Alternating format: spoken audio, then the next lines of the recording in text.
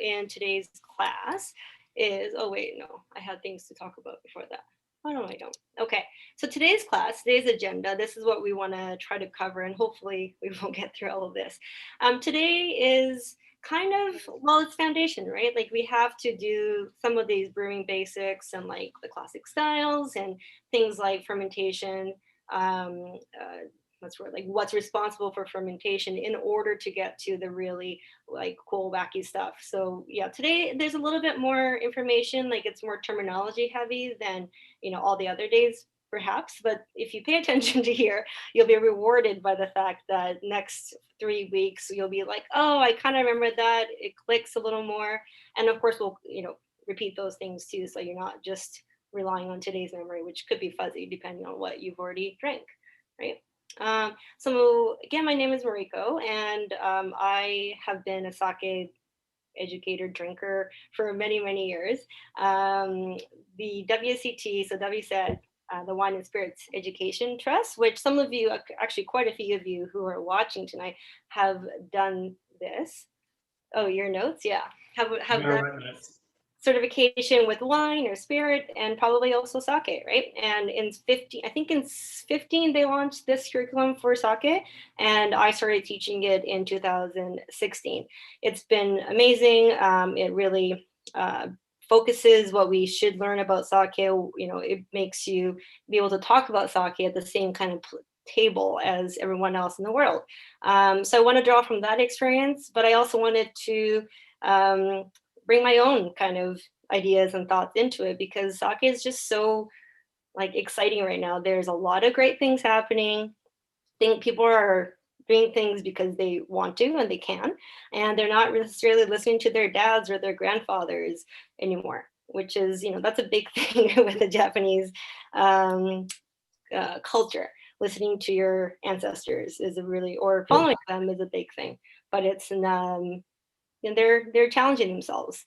So again, we do need to know about the basic rules of fermentation, what makes sake so special, what makes it different from anything else in the world. And I think how to taste and what you're looking for is something that I get asked often, because if you've tasted wine or you've tasted beer in any kind of like a little bit more structured, studious way, yeah, you probably have some sort of foundation.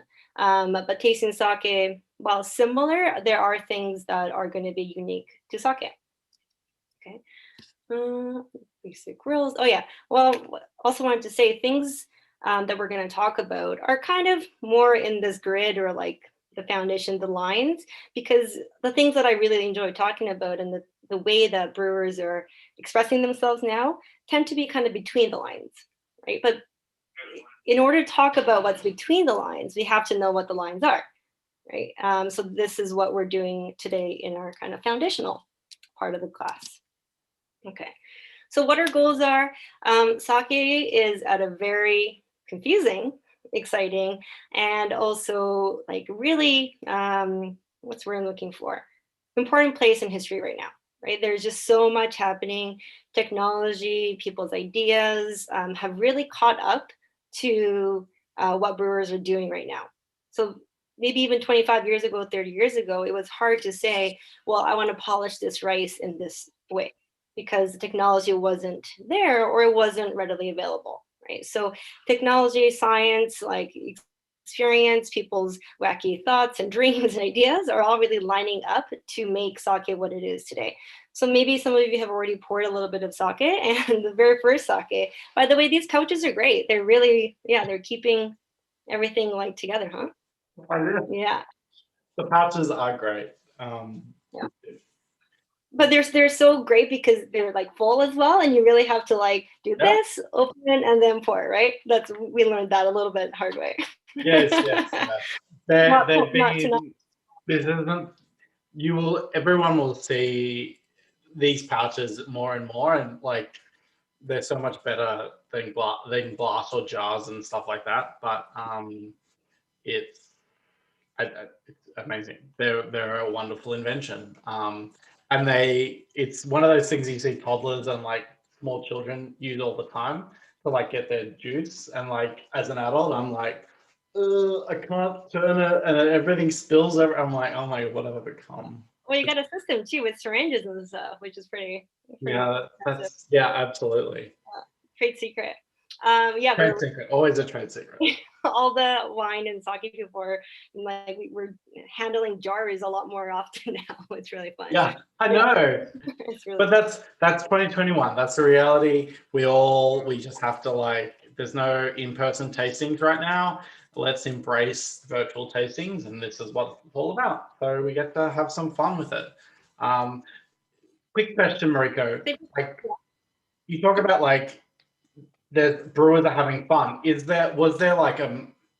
Was there a moment as to why this has changed to like experimentation? Is it something to do with like access that people have had about sake or the influence the sakes have had? Like, why do you think brewers are having more fun with sake than they ever have?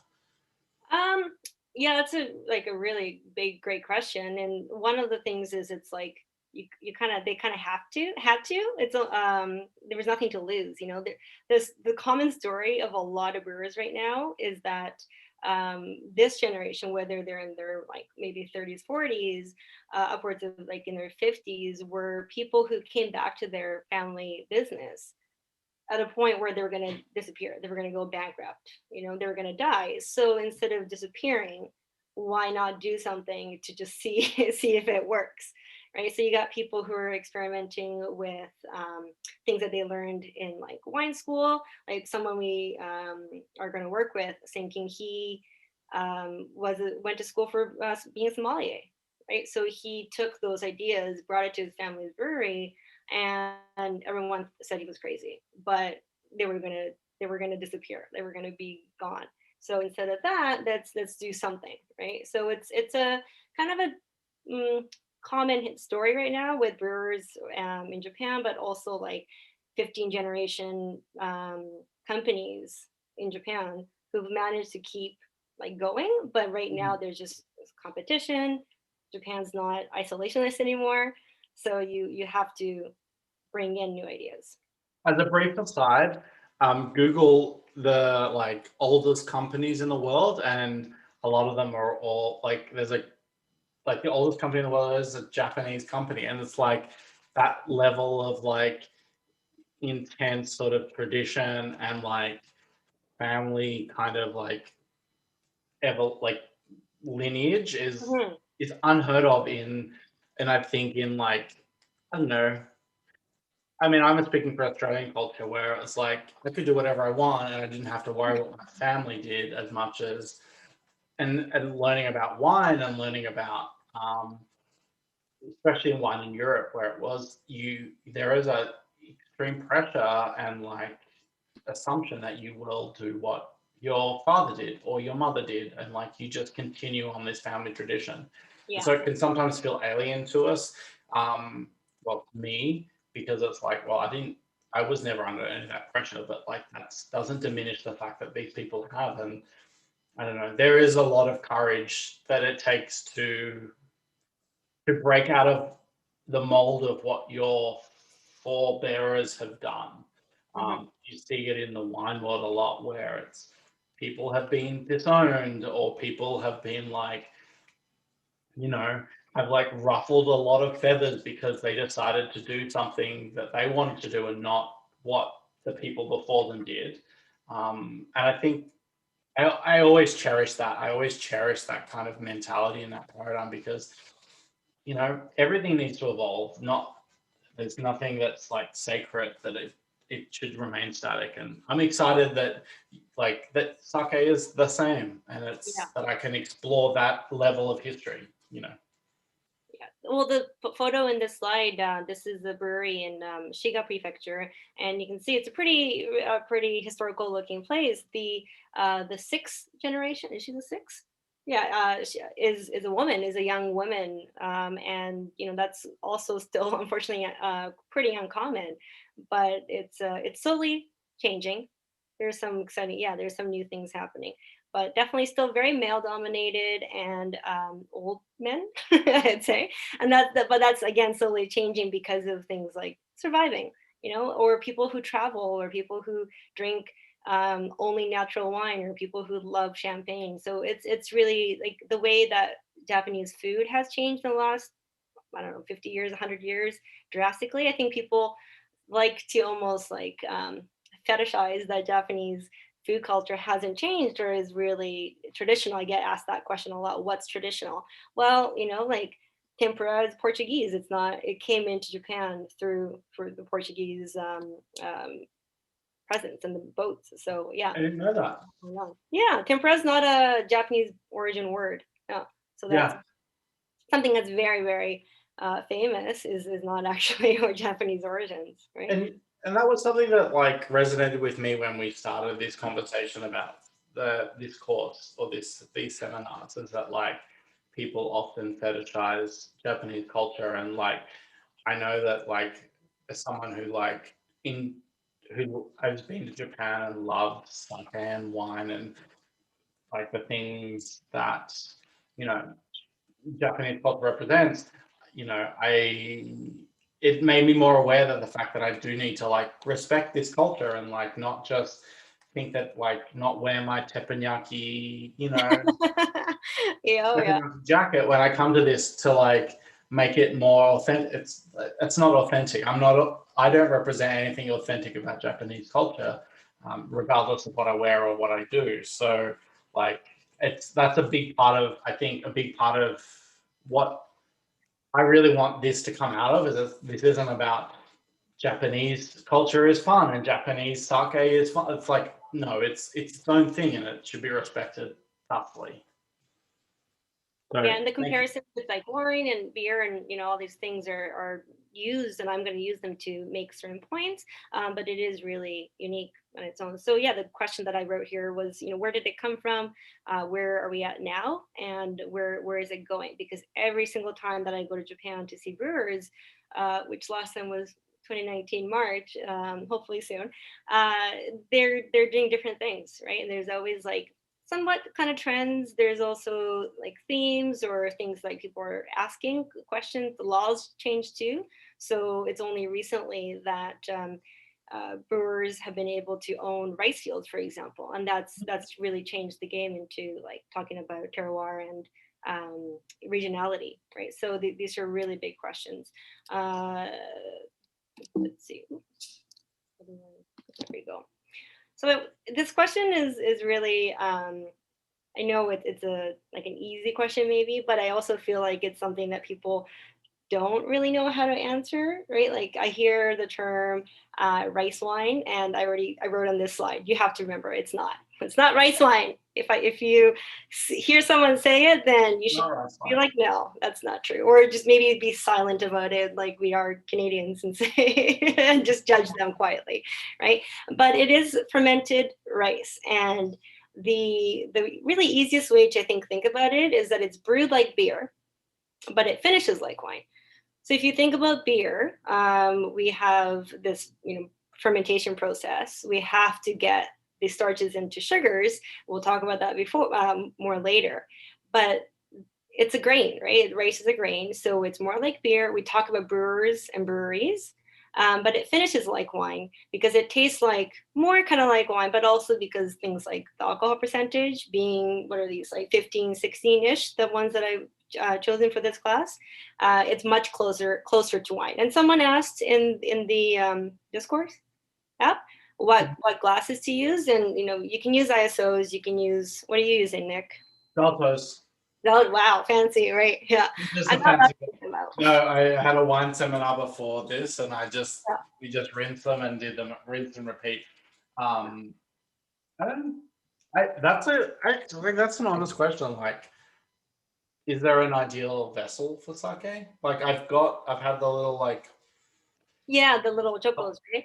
Yeah, it's for tasting, and especially with this the range of flavors and aromas and textures now.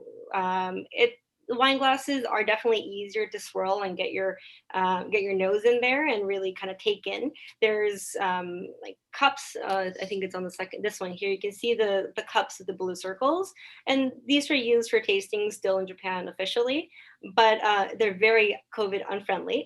That like people share these usually. Yeah, I know. Even before COVID, I didn't exactly enjoy it. Not that I go to many of those, but anyways, yeah, you share these. Sometimes they come with little like, what are they like spouts, like that Mhm. suck up, and then you put it in your own cup. But it's just like very difficult to taste with. So I still think, especially now in where we are with sake and in its like evolution in history, wine glasses or just bigger vessels of some sort are better, where you can swirl and get all these textures, aromas, and things, right? And Yeah, look, to be honest, like I pour everything in wine glasses, beer, spirits, sake. If anyone comes to me with something alcoholic, like I try. I always just put it in like a wine glass, only because that's what alcoholic. I'm Yeah, like comfortable with. But also like I am comfortable with this like procedure and this like way of tasting and experiencing a liquid. So it's I have no opinion of whether this is better or worse. It's just what I'm used to as a yeah. familiar. And So it keeps things in like context, right? Like you taste everything in Zalto wine glasses, and you're gonna be like kind of giving it a, what's the word, like fair stage. Yeah, and some, but if you want to get certain aromas or certain things out of the sake, you can use different vessels, right? yeah, Or cups or mugs, like my whatever grandfather you want. used. Yeah, Whatever you want. This is we're here to impart our knowledge. Like you, I mean, I'm speaking for myself, but whoever, I always I say that. did a Like, lot of different if you things. want ice cubes, if you want a mug, if you want whatever you want, you Yeah. come to my restaurant. You get it's your wine, it's your money. You do what you want. Like this is what I want, and I want it in a wine glass so that I can like feel One tan. of the cubes for sure. And this photo of this rice, I think it's my hand. Anyways, it's really astonishing to, if you even smell the first sake, that you're able to get these aromatics out of this, right? Like what's cooking our rice cooker behind me is a different rice, but still rice. And what you eat at a sushi restaurant, where people are able to get these aromas and flavors out of this, which is, I think, still very impressive after 15 years. What's a typical sake? The sake that's in your glass, number one, if you've poured it, is not a typical sake, right? The typical sake is another word for basically like table sake or kind of generic sake. These are, you can see on the screen here, it kind of sounds a little maybe boring, but it is a really good way to think about the baseline and what the majority of sakes are. What we're tasting tonight, well, the next for what is a month, those are not the average sake. Mm. So color, aroma, palette, right? The color is usually clear, colorless, but sometimes with a bit of color. Sometimes kind of pale yellow green, and we'll talk again about this much more. But a completely colorless water white sake has had a lot done to it to get it to that state. Sake doesn't, like, fermented rice doesn't end up being colorless. That's not how it works. But I think the colorless sake is kind of part of maybe why people do sake bombs with it. I don't know. Maybe people think it's like a shot of like distilled spirit, maybe. But anyways, sake is not clear or colorless. It is clear, sorry, but it's not colorless naturally.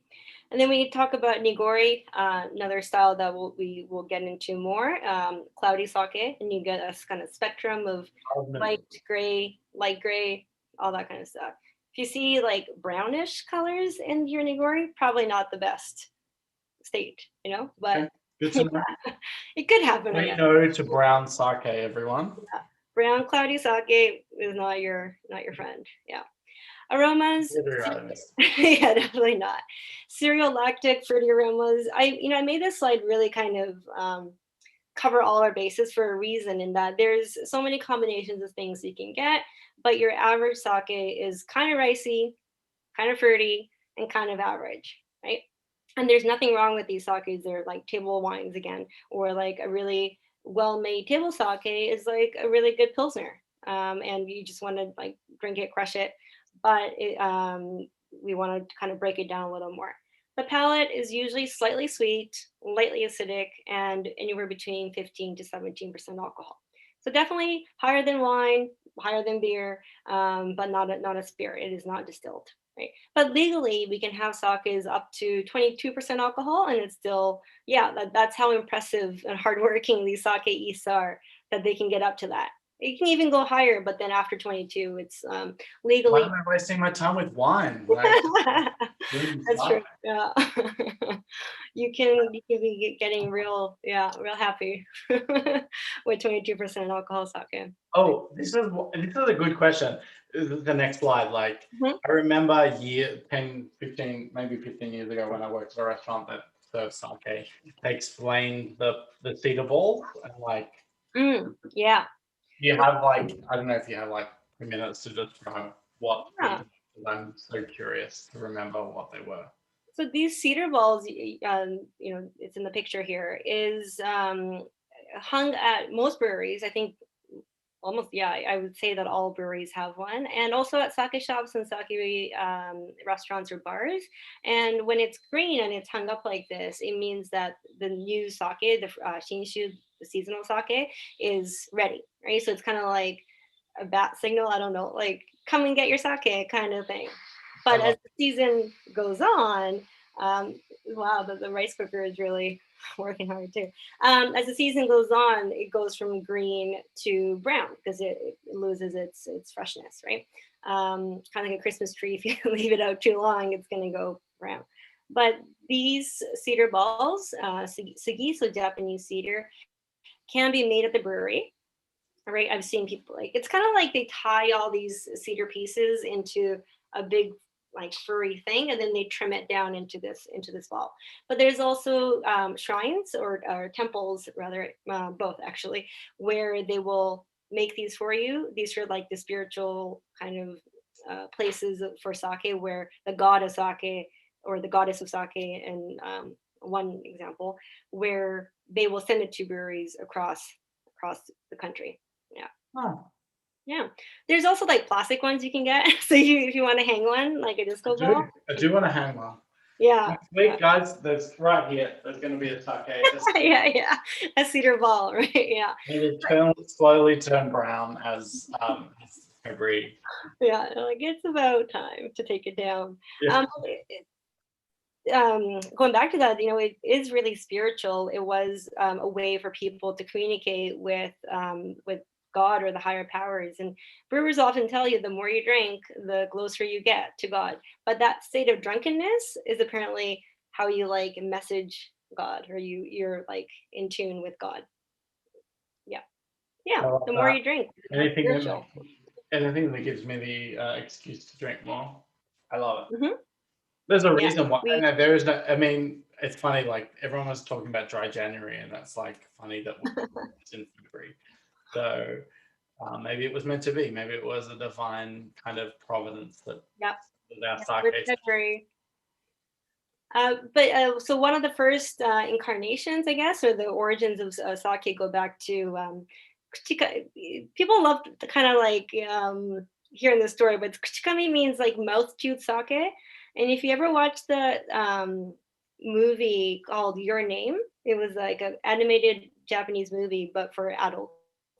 And anyways, in one of the scenes, the main girl whose family is like owns or runs. Sorry, I don't I guess you don't own things, but you run. They run a shrine. She chews rice, splits it into a vessel, and the enzymes in her, in your saliva will break it down, right? So that's said to be one of like the origin stories, which for wine, for beer, spirits too, like all these things around the world, if you trace the origins, is quite similar, right? Don't do it at home. I mean, you can, but don't, share it. Especially not now.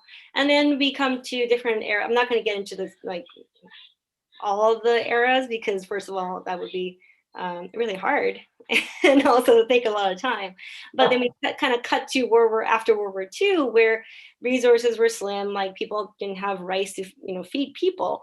So sake was really cheaply made, right? They just had to survive. They were making alcohol um, for the masses, but it was not a very good time for sake for the most part, because they were making like not triple distill, but like 3 times the volume sake was called. So they would try to make, if you made 100 liters of sake, you would make it 300 by adding alcohol like MSG, Mhm. sugars, all that kind of stuff. Probably water as I well. And mean, it's happened in the wine world over the all the time.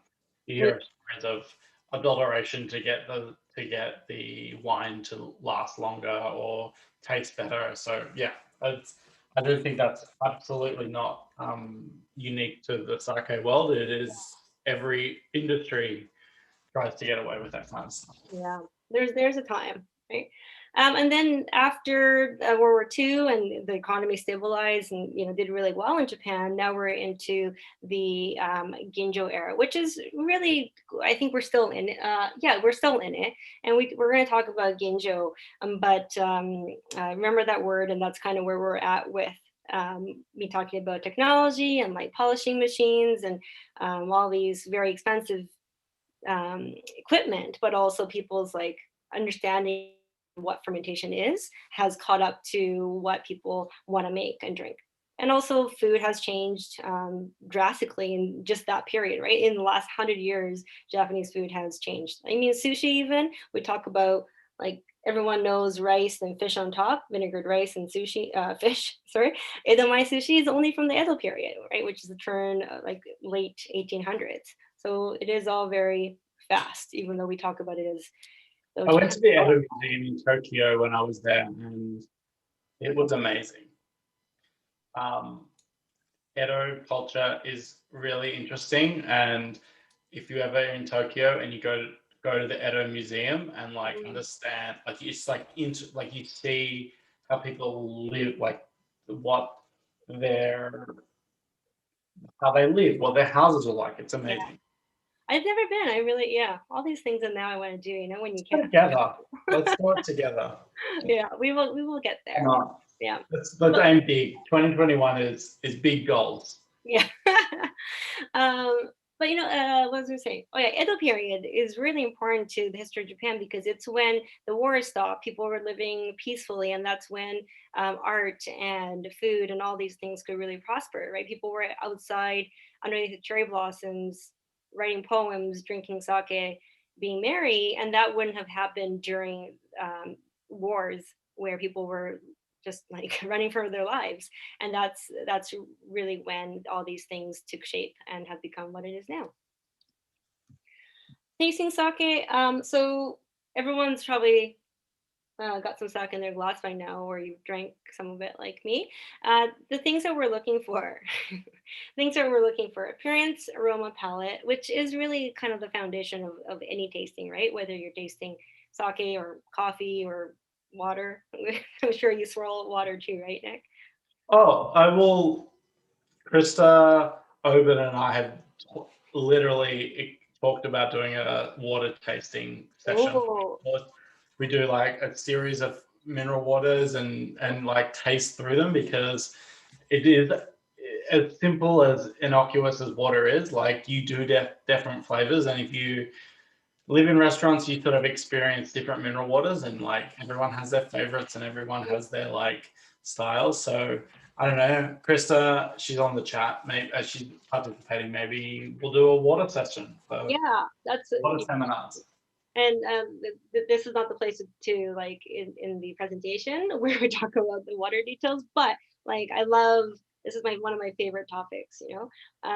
With if you I have a soda stream now because I asked my mom for one, and now she's made my drinking life a lot better. But if you try to carbonize your tap water, it's going to take a lot more CO2 than it is to carbonate your like at least somewhat filtered water. And then if you have like bottled water or mineral water, you need a lot less of the gas. So it's That's so interesting. yeah.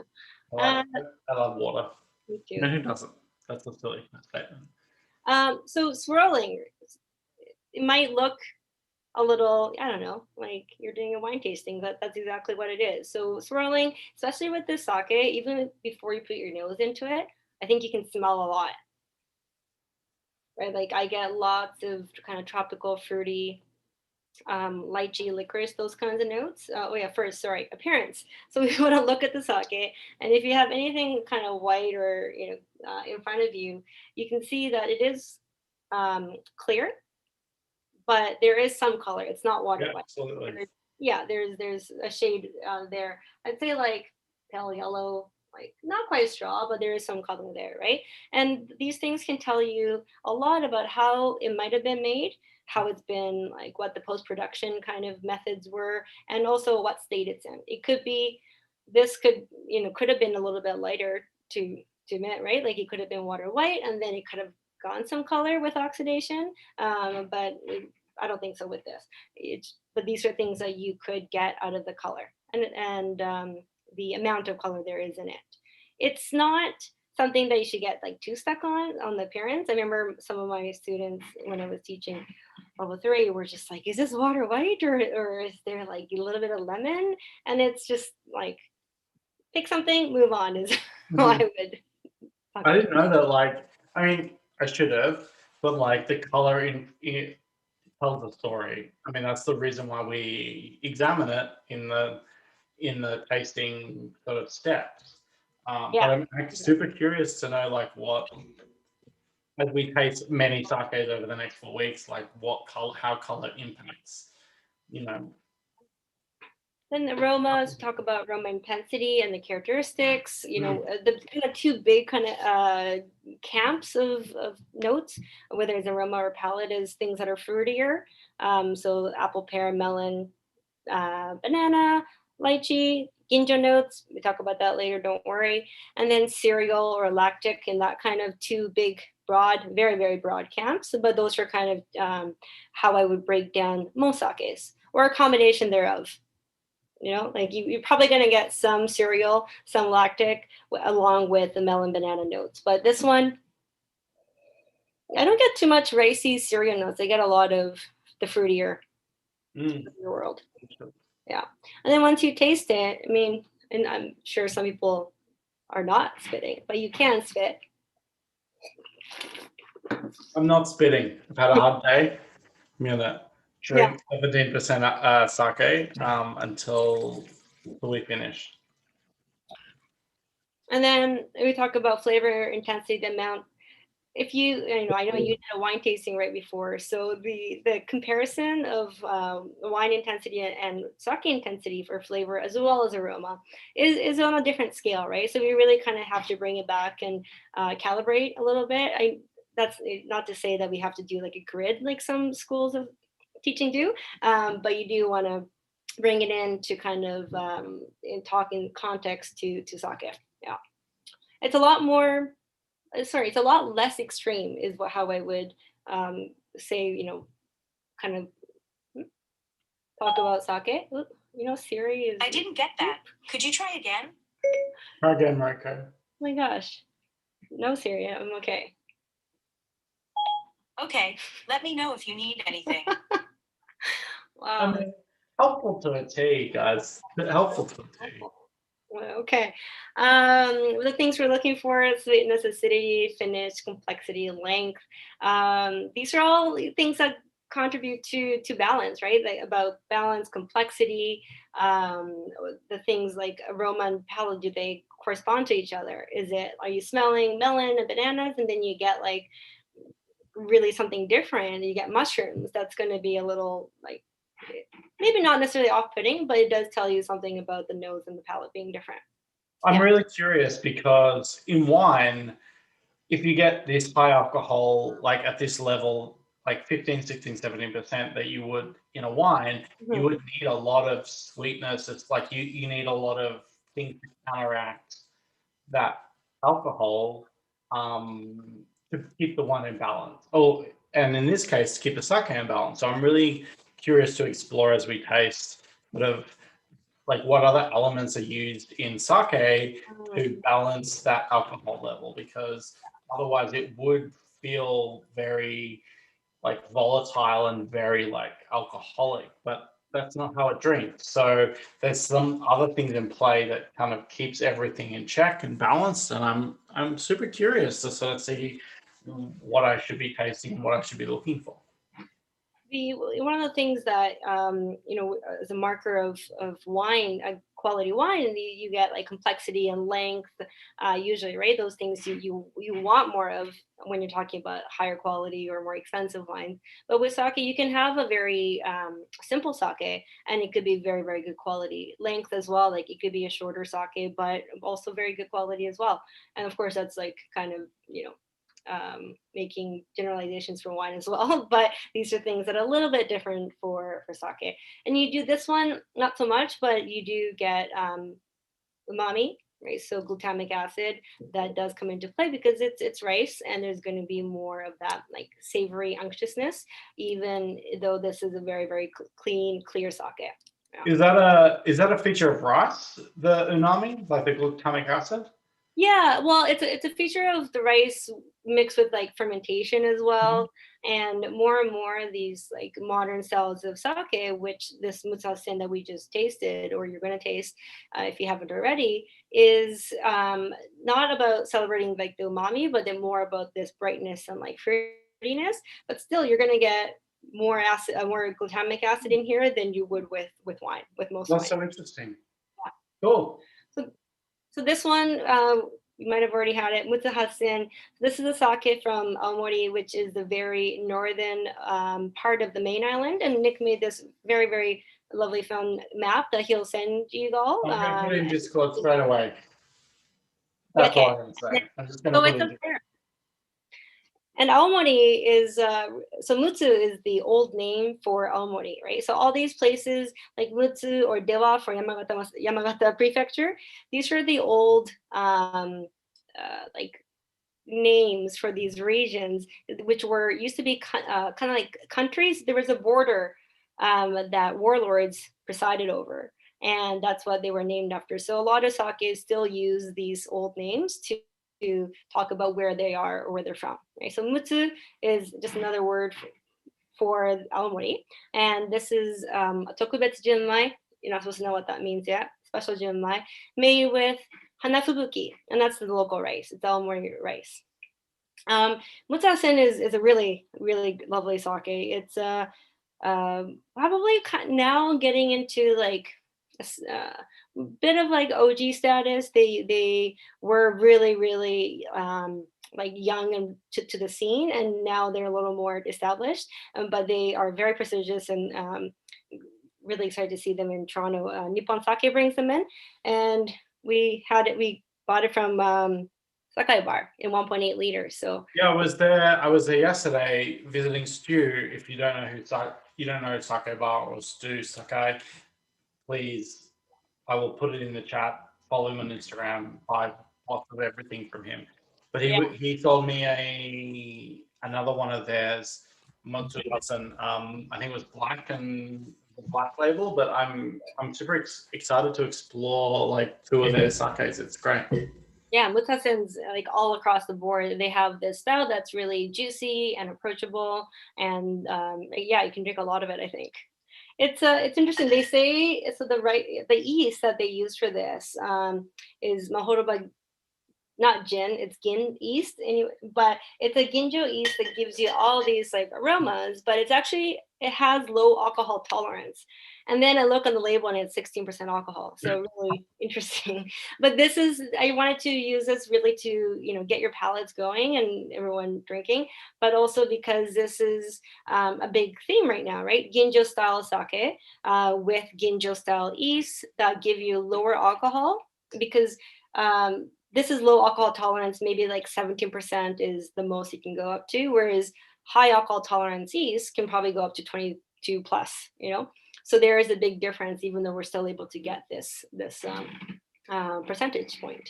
And this is kind of quite juicy, but there's not that much acidity on the palate, especially when you get to sake number 4. It's kind of in that similar era, but you will get a lot more acidity. And even in sake number 3, you get more acidity comparatively. So ingredients. This is just an overview of what's in the sake. If you look on the back of any bottle of sake, right? The ingredient list is should be there. In Canada, we have to, right? So we have all these ingredients in there. And what's listed usually is rice, koji, and water. There might be distilled alcohol or brewer's alcohol added to it, and we talk about that later. But these are the three ingredients we talk about. Yeast doesn't get mentioned very often because, like wine, it's kind of assumed that it's part of the process or like it could be natural. I think that's why wine doesn't. You don't have to list yeast because it could be on the skins, it could be on in like the air, so it's not listed. A few up until recently, I used to put on our own sakes on the labels.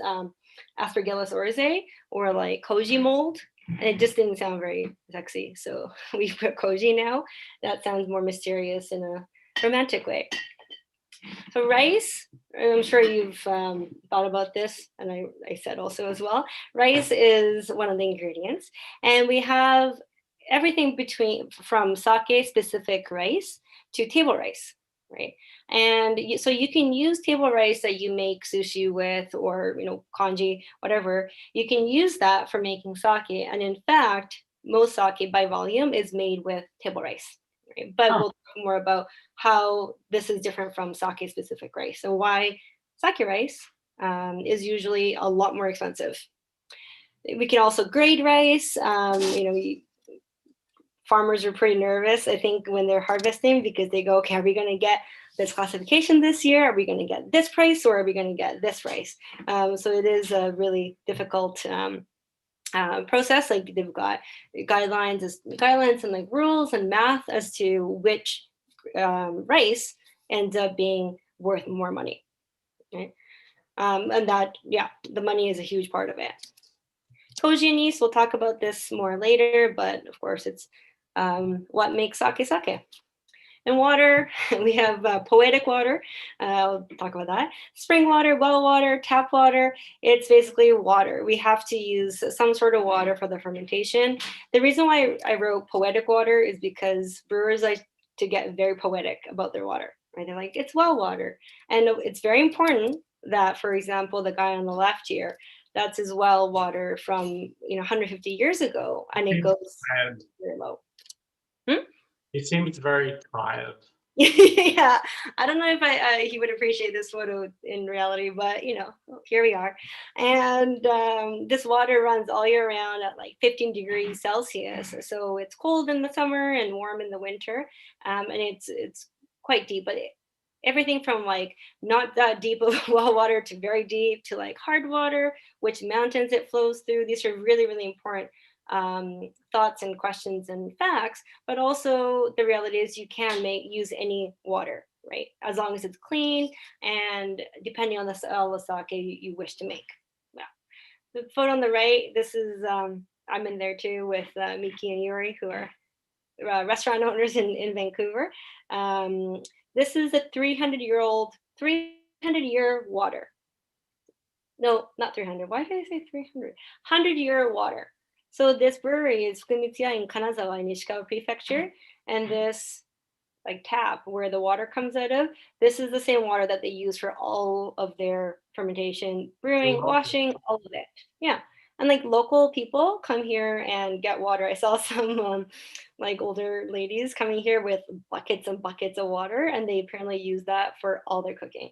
I also love the white gumboots. Wellington. Yeah. Because another thing that is different about wineries and breweries is that you have to be like this isn't because it's COVID that we're wearing hairnets and like being really clean. Like this is from probably about 5 years ago. It's rice, water, and koji, right? So if you bring anything foreign, it might really screw up things. So you can't eat natto. If anyone follows me on Instagram, you know how much I love natto, which is fermented soybeans. But the natto koji, so the like the mold basically that they use for making this dish or this very pungent fermented beans is so strong and like able to replicate that if you can't have natto before you go to a brewery. Yeah, it's the same with Brettanomyces in wine. Like it's the ability for this wild yeast to like get stuck in a winery is so extreme that Yeah, you can't be being like, "Hi, I'm here to visit," and yeah, I had a Britannomyces beer and they're like, please leave. Yeah. "Hmm, But this water, the reason why it's so called interesting." 100-year water is because it's said to take 100 years from Mount Hakka, which is where it all kind of streams from, to this brewery, right? I don't know if they carbon date or they like count the days, but they say it takes 100 years to get here, and as a result, it's a little bit harder. And water in Japan's quite soft, but here it's a little bit harder for sure. That's so interesting. Let's talk about rice a little bit. The variety of rice that we're using for sake rice is japonica, right? So japonica is the short grain rice. Long grain isn't used. They have different properties, and I don't know, like I've never tried it, but you do. This is what's been used in Japan for all these hundreds of years. So short grain, but even within japonica rice, there is table rice and sake specific rice. Right? And within sake specific rice, there are over 100 varieties that can be used. But the top 5% make up more than 50%, like well over 50%. So words like omachi that someone asked about specifically in this class, gohyaku mango, yamada nishiki is a big one. All the top 5 rice varieties make up the majority, right? But then by volume, most of it is made with table rice because it's cheaper. You can make more of it, and it makes perfectly fine sake. If anything, right now, there is a trend towards using table rice or more regional rice to have the sake kind of reflect where they're from and like who's making it, and also to support the local farmers, right? Absolutely. That's so interesting. I love But most farmers don't make only sake rice. There's like one company, I think, if someone wants to fact check that makes only sake rice at the moment, but they also happen to be brewers, right? And farmers around Japan, they grow rice, probably other things as well, and it's a mix of table rice and sake specific rice, and they sell it to the agricultural co-ops at the prefectural level, and then brewers buy it from the co-ops, right? There are some contract farming like relationships that happen so that you are buying from the farmers themselves, but you have a contract in place to say, like 80% of your Yamada Nishiki rice, all of it comes to me, or we share, or something along those lines. And in the last few years, brewers have started to own their own farms, own their own rice fields. But this is really new. I think it's maybe a 2 or 3 year old change in the law, because after World War II, the government of Japan said that corporations were not allowed to own farms to grow rice because they wanted to make sure that the farmers, I think, had a job, but also so that people could get access to rice instead of it being controlled by big companies, which is, That's so interesting. I yeah, like interesting, a good thing. Hmm. Right. But since the rules have changed, the brewers themselves are actually farming their own plots and talking about terroir, talking about regionality and how to grow that rice. And I know we're going to get questions about organic farming, so I'll talk about that in a second.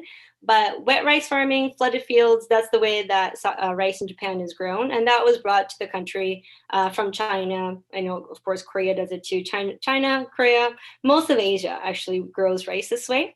Absolutely. And yeah, so the fields are flooded completely, at least twice, usually a season. Not at least, sorry, usually twice a season they're flooded. But rice is not, what's what I'm looking for? It doesn't come back every year. So every year you have to replant the seedlings. So they take the rice kernels, the actual grains every year that they harvest, keep that for the next spring, and then they grow seedlings and then replant that into the fields. So, I mean, I apologize if I keep bringing this back to wine, but like that's my perspective. So, unlike wine, it's not a vine that grows over many decades and years and gets better with age. It's great to know that. Well, it's good to know that rice is an annual.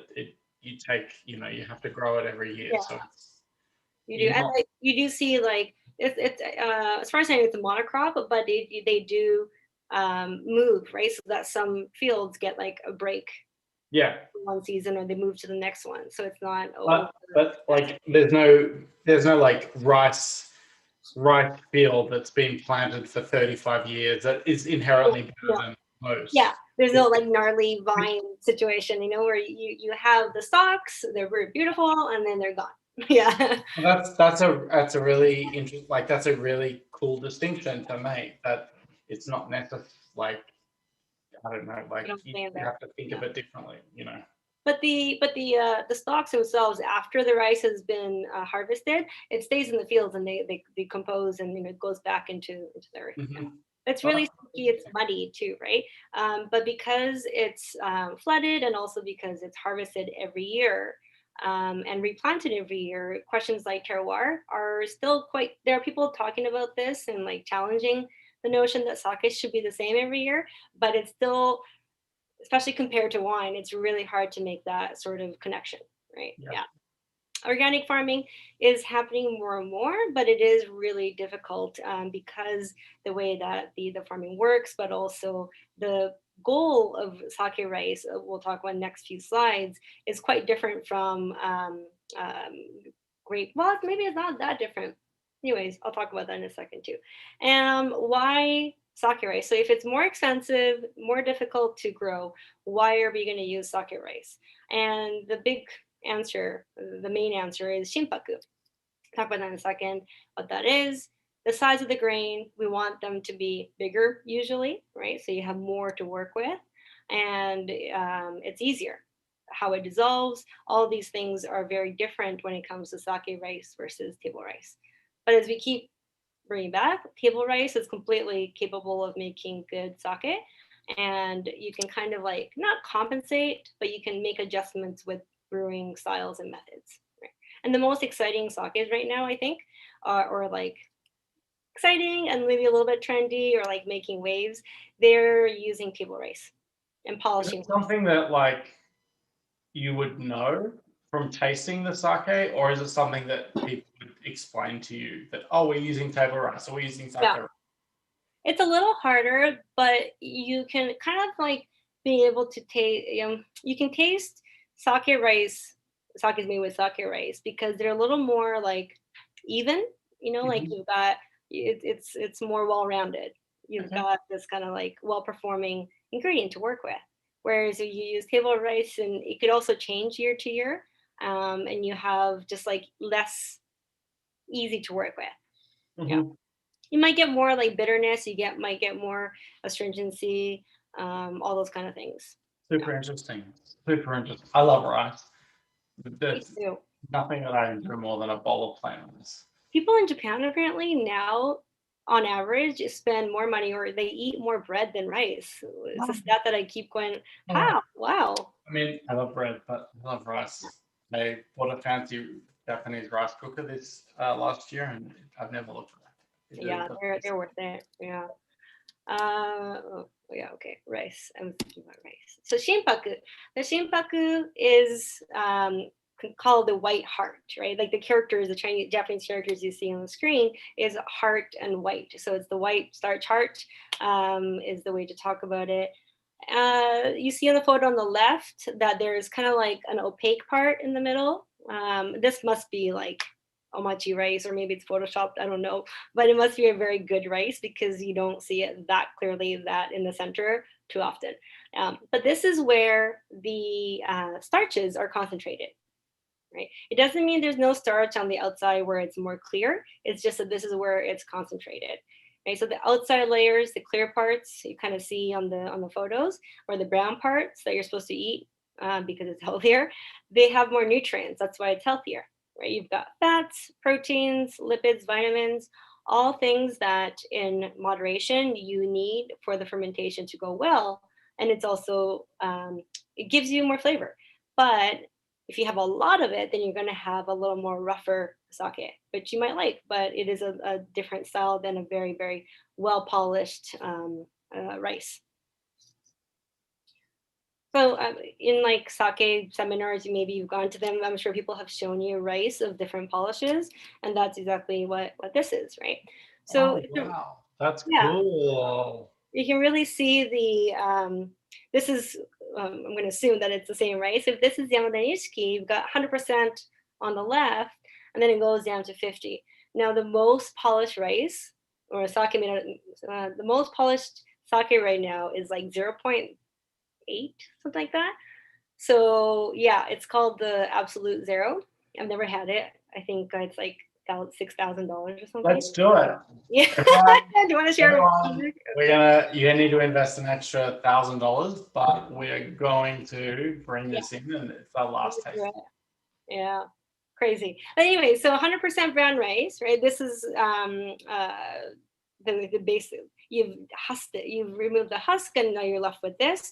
Kind of where it looks like the tooth came out. You know, in that portion used to be the germ, right? And that's been removed. Which I'll come back to this later. But if you think about beer, you keep that germ, and that gives you all the enzymes. And then 70, 60, 50. As it goes down, it gets smaller. This is a ratio, right? So rice polishing ratios is something that you kind of do need to keep in your head to some degree, in that if it says 60%, it means that there is 60% remaining. So 40% is removed. If it's 70%, 30% is removed. That's the math. So seimai, the Japanese word for it, is always, we're talking about what is left over. It's a ratio. Okay, so you can make sake with 100% brown rice. You'd probably get a pretty well. There are sakes like this, right? Like there's I always forget the name for some reason. There's a brewery in Chiba, and you don't get no. I will come back. It will come back to me. But anyways, they make a brown rice sake, and you can see it. Like it looks like sauterne. Like it's the color of this Cool. skin of the rice, right? 70, 60, 50. These are not like well, yeah, these numbers are kind of important because depending on the polish of the rice, you're legally allowed to call it these things. Okay. These are minimums. So daiginjo, a junmai daiginjo polished to 35% is still a daiginjo, right? Mhm. But 50 is what you got to polish to. And then ginjo, it can be 50%, but it doesn't have to be. It could be 60. These are the kind of the words that you can use if you polish these sakes to this amount. But there's so many other stylistic considerations that we have to talk about.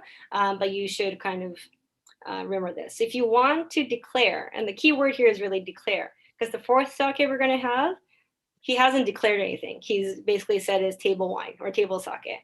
You know, we all know like wineries like that who are like, this is a really, really fancy, expensive Vanda Tavola. Yes, like, absolutely. right? 100%. $80, table wine. I'm going to have a great time selling that. Drinking it's something else, but selling is different. So if you want to declare it, then you do have to use these numbers as minimum requirements. And when you think of the word polish, you kind of go like, oh, is it like polishing a bowling ball or like china? But in the sake brewery scale, you see the photo on the right. This is from Hakkai-san, quite a large brewery in Niigata. They're not huge, but pretty large. You can see this is the scale of a rice polishing machine. And up until really recently, you couldn't buy it as like one company, right? These were huge companies that you asked them to polish your rice for you, and then they gave it back to you, kind of polished. The photo on the left is the polishing stone. So if you sharpen your own knife, now where you looked inside like a flour mill, this is kind of what it's going to look like, right? So every time the rice falls past this polishing grinding stone, each time it's going to take away a little bit of the outside layer each time. But to get from 100 to 50%, these machines need about 48 hours, like 2 days of constant polishing. Oh, yeah, a long time, right? yeah. And, yeah, it's a huge investment. Most breweries just get it done. They don't buy them. So it's not a setting of like width. It's the amount of time that the rice is in the mill that determines its polishing, rather than like setting that you do on the machine? Oh no, you're right. So it's not width, but it's weight. So if you want to get to, if your batch weighs 100 kilos, and you want to get it to 60% polish for your ginjo, then it would weigh from 100, it would weigh 60. Oh, I see. I see. I see. I see. And there's definitely like different machines and like settings now where you can almost like, when you play tennis and you volley, is it volley? Like when you kind of cut that ball, you like slice it and then it turns like this on like a weird angle. So there's settings now where you can do that with the rice, and the rice gets kind of polished at a different angle, and it's supposed to like change how much protein you take off. So interesting. And if Oh, you love that. ever watch like a biography on Canon or something, it makes sense. But it's not like little Japanese people polishing the rice every day, That's not how it works. It is mechanized. But Has this it always been like milled and like stones and stuff? Yes. no, Oh, this is like really, I think in the 30s or 40s is when it became like the government started to make these machines to research them, but for companies to get them was completely out of reach usually. But what they were doing before was that they weren't really polishing it, so they would use more like a flour mill kind of mhm. technology. So really rough. You wouldn't be able to calculate like what really you wanted. Right now, I it's love a this. computer, like you said. Yeah, very very important piece of technology to make sakes the way they are now. Right. So the first sake we had was 55%. Like if you were milling it or like chewing on it, you wouldn't be able to say 55. Yep. Yeah. Interesting. So what's so hard about brewing sake? This is yeah, it is really hard brewing sake. Trust me. It's the beer brewers, like the home brewers that usually try to make sake at home, and it's pretty impressive what some people can do. I have friends in Edmonton who are like they used to, I think they work for EA and they make sake at home on the side. This like guy from him and his wife from Mexico, and this guy who and his wife are from France. They make some really tasty sake. Yeah, you can get pretty nerdy. So what's so hard about brewing sake? First question is, where's the sugar? Right. So if you take grapes and you squish them in your hand or with your feet, you're gonna get sugar, and that sugar can be fermented into alcohol, right? That's kind of the simple. Obviously there's so much more, but that's the simple fermentation that happens. Now with rice, even if you cook it long, even if you like stomp on it, you're not going to get sugar. So what you have though is starch, and in order to get the starch into smaller sequences, chains of molecules, you need to convert the starches into sugar.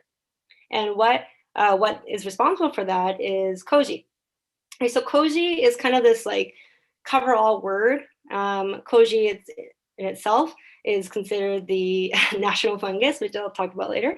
But koji is used for making sake, making shochu. We're talking about miso, soy sauce. These are different types usually, but koji as a whole, aspergillus, is responsible for all these things, which like Sean said to me the other day, everything you cook for Japanese food has mirin and soy sauce and sake. I'm like, yeah, pretty much. That's like the trinity of Japanese cooking, right? And this all comes from mainland, like from Asia, from China, and that technology that knowledge that was brought, but it is in its kind of own unique way in Japan. So we have miso and soy sauce that are usually aspergillus soje, anyways. But you can also have things like white koji and black koji, which give you different acidities. And a lot of brewers are playing around with that as well right now. But for sake, the majority of sakes are made with yellow koji, which again is aspergillus oryzae. And you can see the photo on the top right. And that's actually, it's not koji, it's penicillin apparently, but it's hyphae, right? So all these fungi, they're hyphaes. So they grow, they dig into the surface, the inside whatever it's growing on, and it creates feeding tubes. And you grow these like webs of feeding tubes. So that, right? The point of this is that you're trying to create enzymes. And these enzymes break down starches into sugars. So the enzymes that are in our saliva that helped these girls who worked at temples break down rice, or the enzymes you have in your stomach to help you break down food. That's kind of what this is doing. Yeah, and to like bring it back to like scotches and spirits and stuff. So when you talk about like malted, if you talk about malt is just a word for barley or wheat that has begun to germinate. And germination has the same effect that koji does on these starters, that they start to begin, like they break down those long glucose chains into something that yeast can convert into alcohol.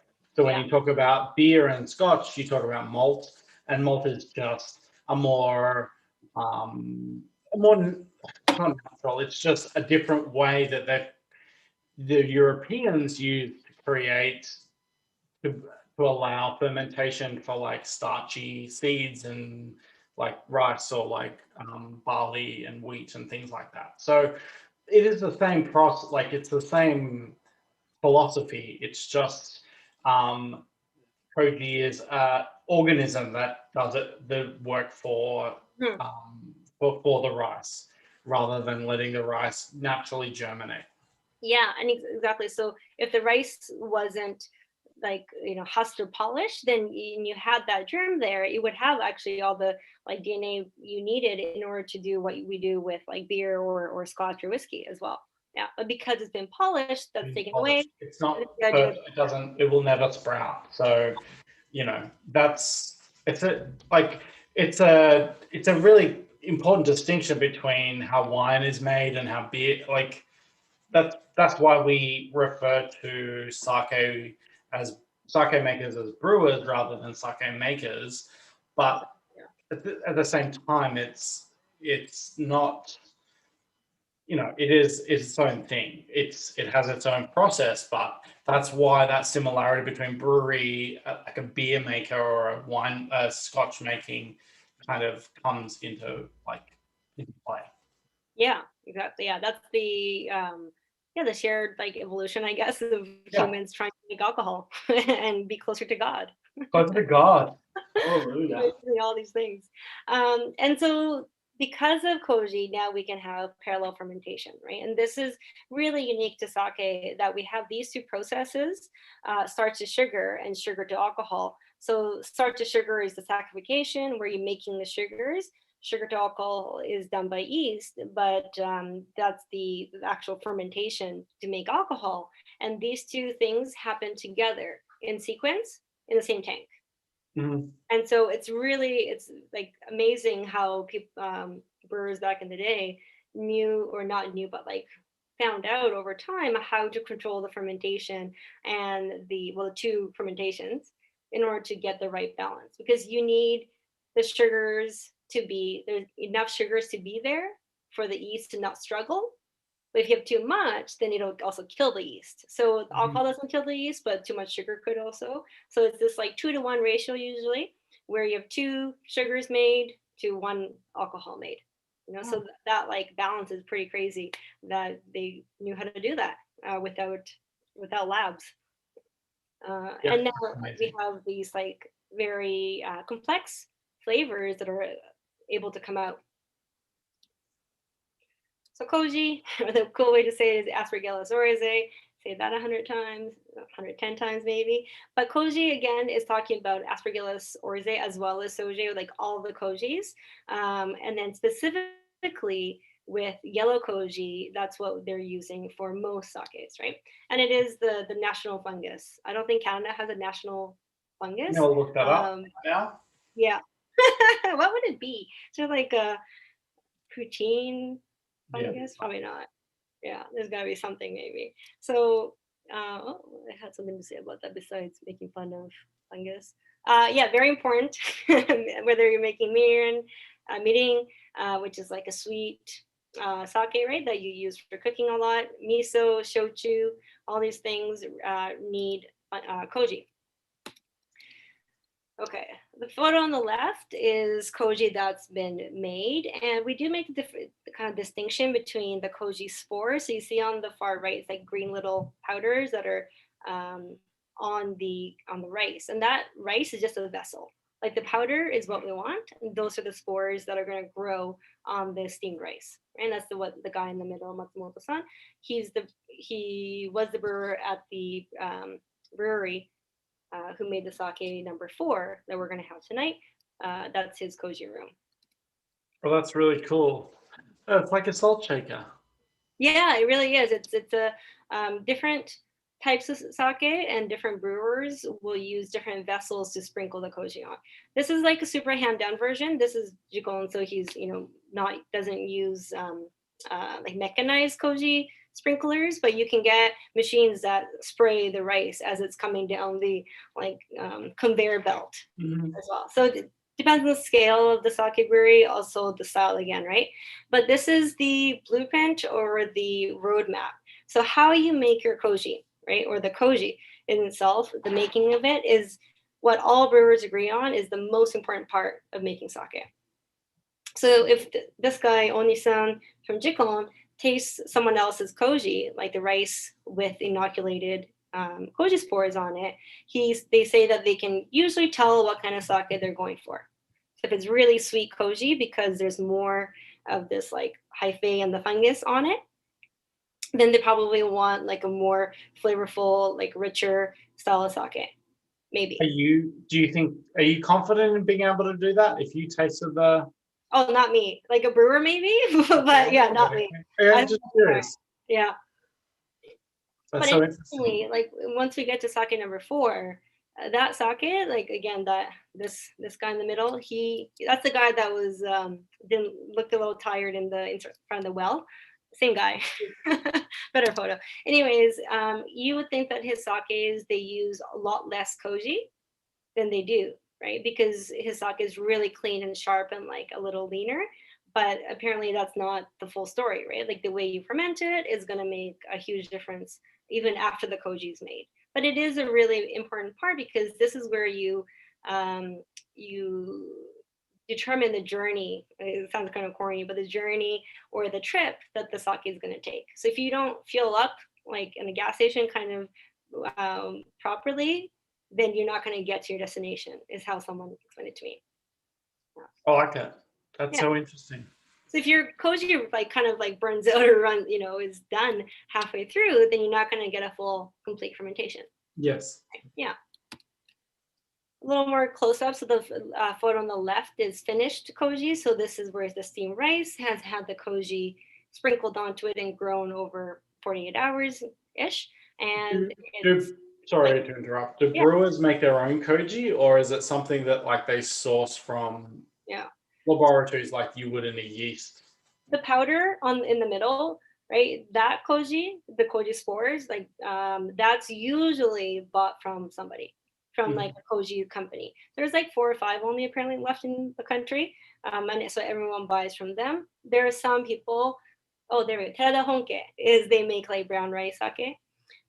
These guys make their own koji, like their own spores. Pretty uncommon though.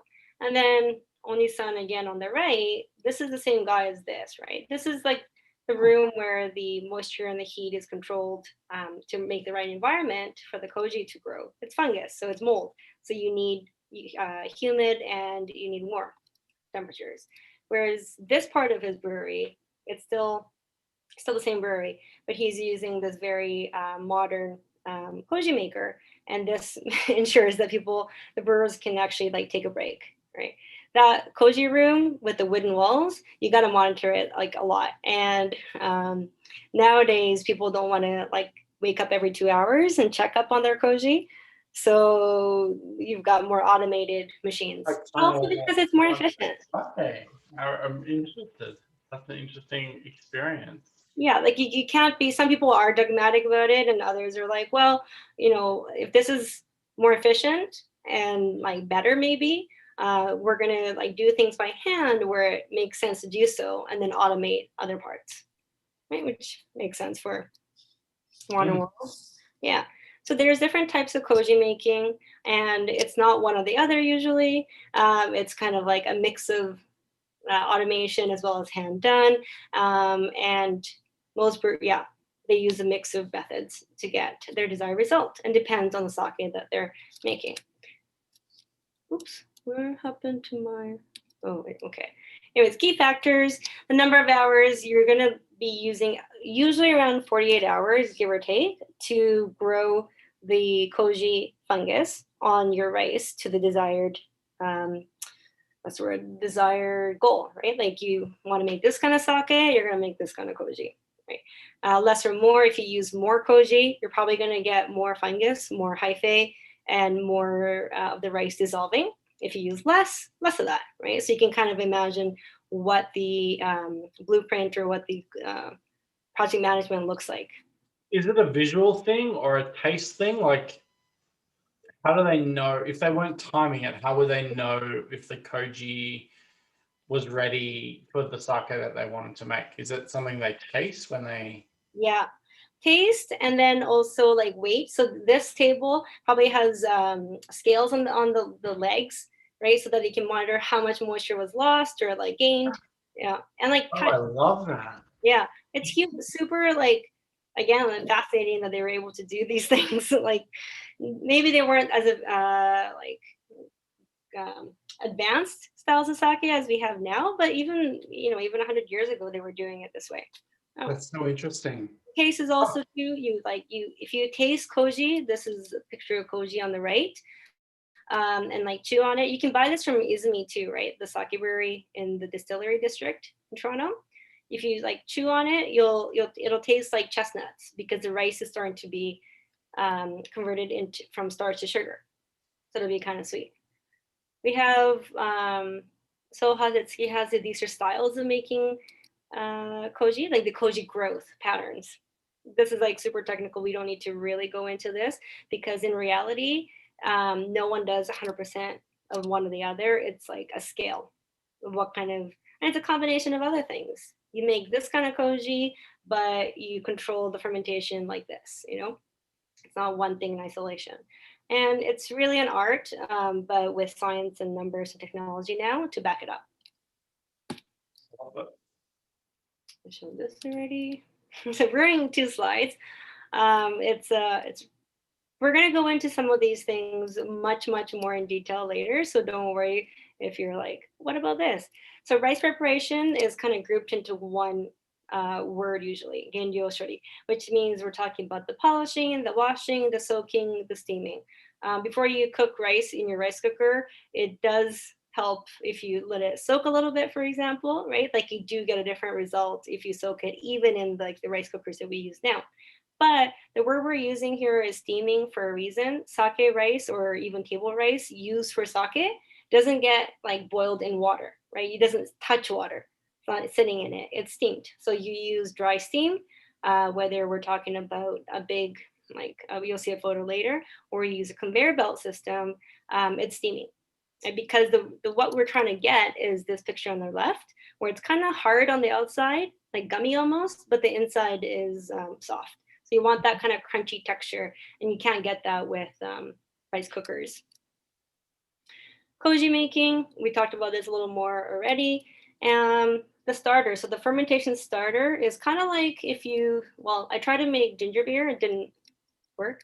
But if you ever try to make ginger beer or like kombucha, make a SCOBY, you'll know what, or sourdough, I guess. This is when brewers use a smaller tank, and all breweries, 99% of them, will make a starter, right? A smaller tank. And this is where the yeast is added. And what we want is to get a healthy yeast population before we go to the big tanks, before we go into tanks like this. Yeah. This is a photo of 2 rice steamers. Left is Jikon again, and then on the right is, I think, Tengamai. But it's really hand done here, both of these laces. You can see the crane kind of helping lift layers of rice. Everything is, there's fabric everywhere. Yeah, and that's it. I mean, it's pretty fascinating. There's not more like faulty sakes out there because this is like cloth, right? Where I mean, it's like washed very well, but they're not using chemicals very often either. So yeah, pretty. That's why you can't just go in without like gloves and stuff. Usually, it feels so cozy and just like a pillowy and delicious. Things are like soft and like. Yeah. I miss the rice steaming smell. Yeah. Fermentation, pressing, post-production. Fermentation, we're talking about the main fermentation. And a long time ago, they discovered that splitting up the ingredients, so the rice, water, koji, into 3 additions means that you don't dilute your sake and that you have higher success rates when you're done, right? So if you dumped everything all at once, especially with like yeast back in the day or like the kind of sterile conditions in the past, you might have things go wrong. So they split it up to make sure you have like insurance on each addition. It's kind of like making like when you whip egg whites, you don't put all the sugar after you're into your meringue at once. You do it slowly. That's the kind of thing that they've learned over time. Pressing, I call it pressing instead of filtering, but the whole goal of pressing, and I'll show you a picture after, is that you're trying to get the solids separate from the liquid. So we want the liquid, that's the good stuff, that's the sake. We want the solids, the rice that's undissolved, and other things to come out, right, to separate it. And then post-production, a ton of things that we could do in order to finish the sake. So after the pressing is done, you've got clear sake. There's things like adding water, filtering, aging that you could do, carbonation that you could do to finish the sake. Is the picture of some kind of device that chills the sake down? Because it feels like it's like in a mat and it's like 2 things filled with ice to chill the sake down. Yeah, exactly. So that's like a main fermentation tank where it's probably like bubbling to some degree, but maybe it's going too fast. So they want to cool it down to slow it down, and they've added these dakidaru. So they're like tanks with ice to cool it down. Yeah. Yeah. Aluminium, good heat transfer. Yeah, right. And it has to be clean. I'm so curious. Yeah, to do that. And this is like the main way that sakes are pressed now. It's a big machine, and each of these slats has a little balloon inside. It's not pushed. It's it's not a horizontal press. Each of the slats has a mini balloon like bladder inside to push the sake onto the sides. Mm-hmm. Yeah, you can. This is Matsumoto Brewery sake number 4. You can see a lot of wood. It's a 200-year-old brewery, but also a lot of like not technology, but like new stuff in there too, right? Plastic. Yeah, plastic too. Yeah, and like thermal tanks that are temperature controlled to make sure we can make what we want to make. We okay for time? You think? Yeah, we're fine. Just keep on chatting. Yeah, I love it. If anyone, anyways, choices versus the law. This is a slide about what has to be done, right, versus what could be done. So these are things that are optional or style choices. So what we have to do to make sake is the fermentation, makes sense, filtration or pressing, and the bottling, right? And one of these things probably seems a little surprising. And the answer is filtration. A lot of people call nigori sake unfiltered sake. I've heard that a lot. Like if it's cloudy sake, they say it's unfiltered, right? But it's not true. So sake, to be considered sake legally by like the taxation board office in Japan, has to be pressed to some degree. So even if it's roughly filtered, right, it has to be filtered or like pressed, separated into the leaves and the sake to some degree. Bottling, you got to package it somehow. Then all these things under optional are style choices. So if you add alcohol, we're going to taste 2 sakes that have no alcohol added and alcohol added. Adding water, which is to lower the alcohol, to make it more palatable. But there is a distinction between lowering the alcohol by adding water, or by you can lower the alcohol in the fermentation schedule. So if you're adding water like before you pressed it, then you're going to finish at like a higher residual sugar, lower alcohol sake. So that's a kind of a distinction there. Pasteurization, you can have a nama sake, so unpasteurized, right? Super fresh, like really wild and big. I often get like almond milk and wet dog in a good way in that. You can do it once, you can do it no times, you can do it twice, right? And depending on when you pasteurize with heat, you call it different things. We'll probably get into pasteurization, but we'll get into pasteurization. I'm going to I have 1,000 pasteurization questions to ask. Yeah, it's a pretty big, pretty important thing right now because you made like this very fresh aromatic style sake with all this time and effort. And if you pasteurize and kill all of those things or you remove all those flavors, then like, what's the point, right? Yeah. Is the big question. So interested. Okay. So these arrows are in where in the timing of brewing they happen. So you've seen this slide before, like 3 ago.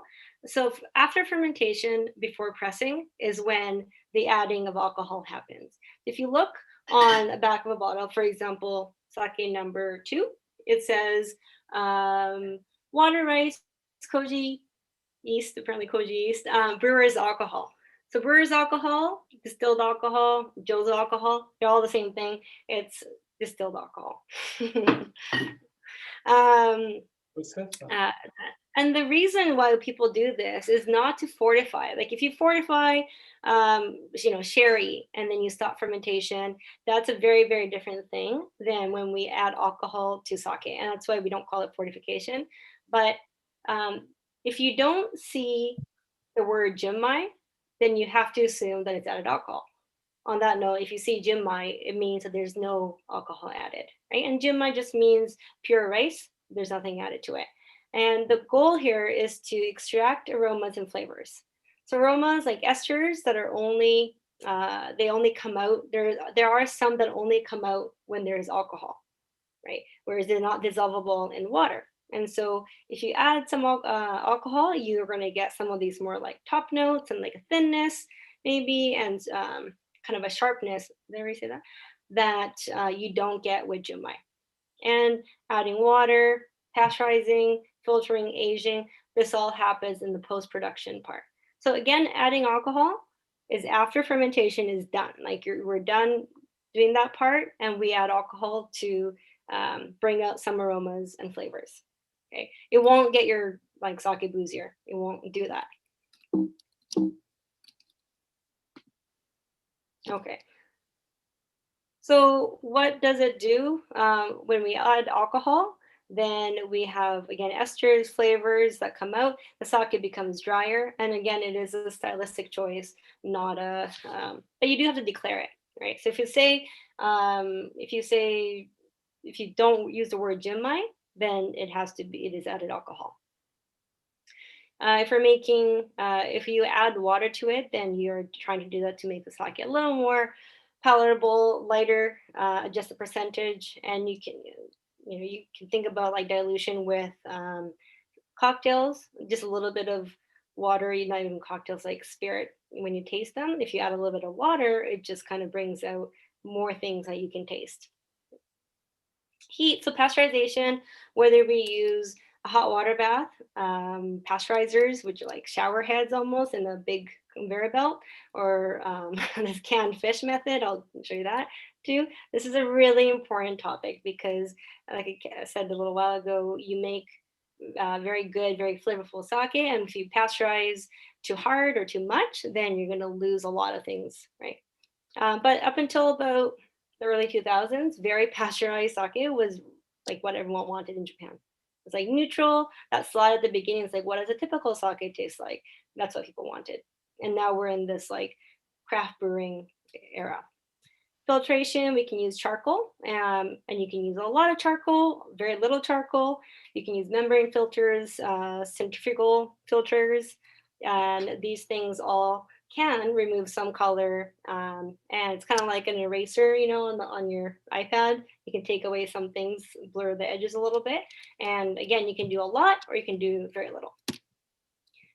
The color on the left on this tank, you can see that's the like natural color of sake. It's this like light green.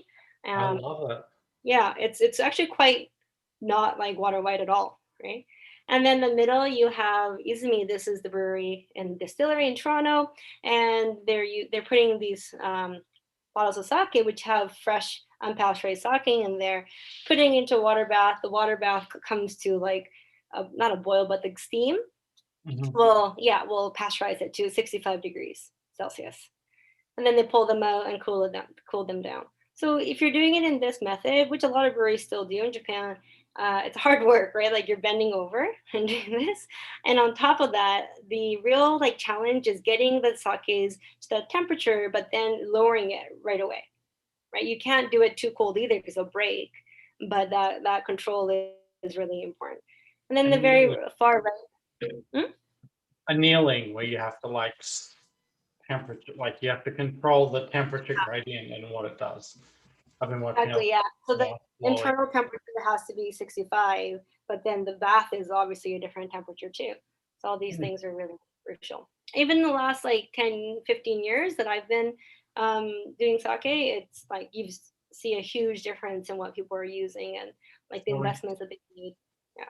And the picture on the far right is this canned fish pasteurizing machine that brewery in Akita they started using because they saw this in like a trade show, I think, somewhere. And they thought, okay, why can't we use this instead of pasteurizing tuna cans? We'll pasteurize our sake in it. And so the point of pasteurizing is to like stop yeast, stop koji from activating more. But if you do it too much, again, you take away like interesting things, right? But then to cool that down is really a big part of it. Slowly. Tasting.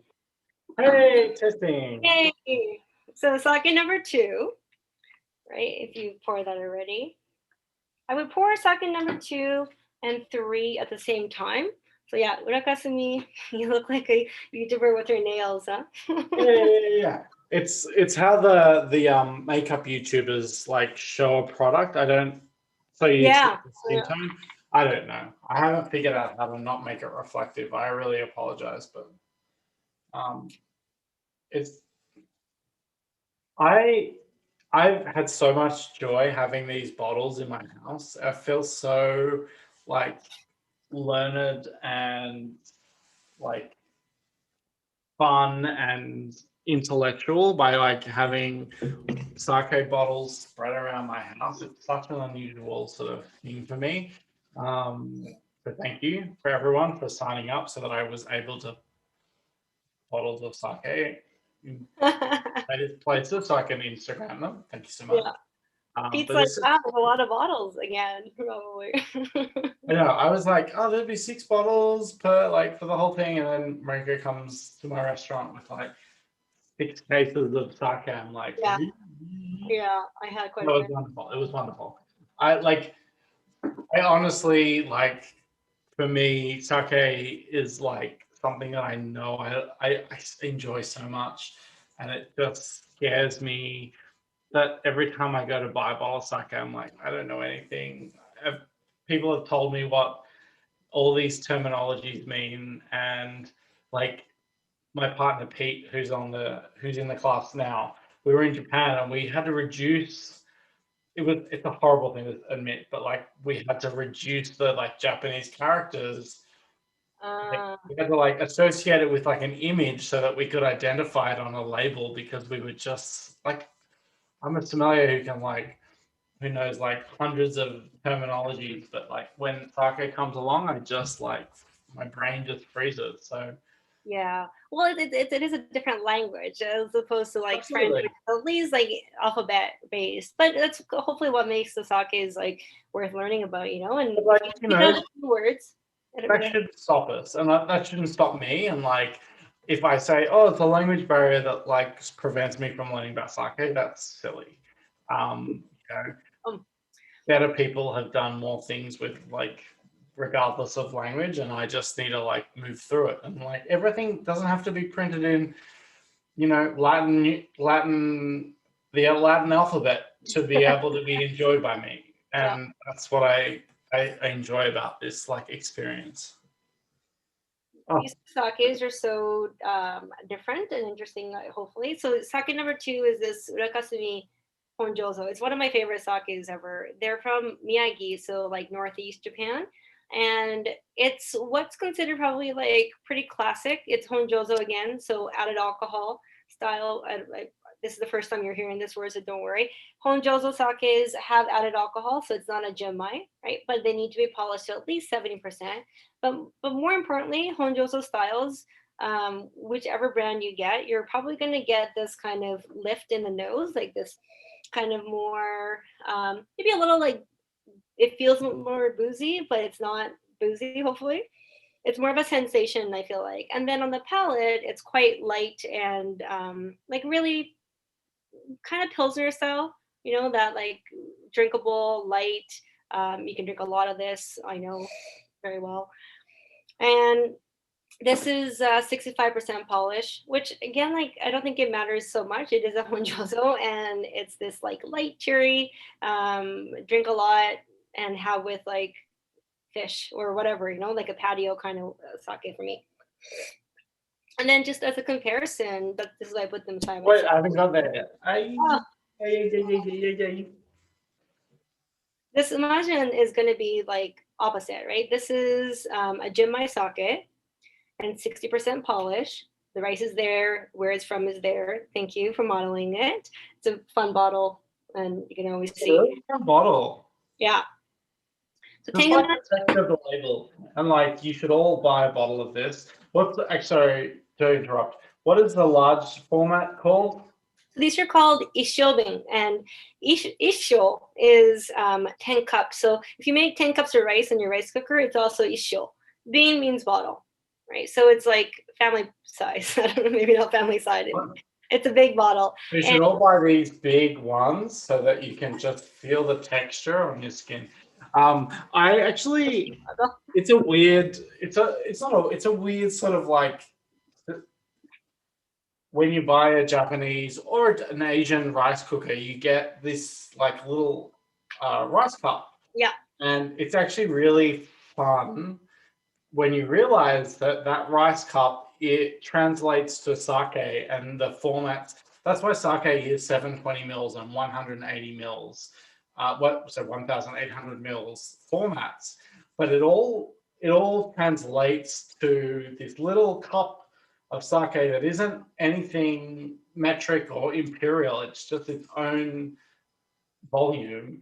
And I had so much joy when I realized that. I was like, oh wow, that's and also like a good reason not to throw those cups away, because you're like, oh, I have never throw those cups away. Yeah, you need that, or else you're there's nothing worse. I just stick it in my rice container, because I know my rice cooker will not work properly if I don't have the right cup. But we can talk about rice cookers at a later stage. Let's talk about.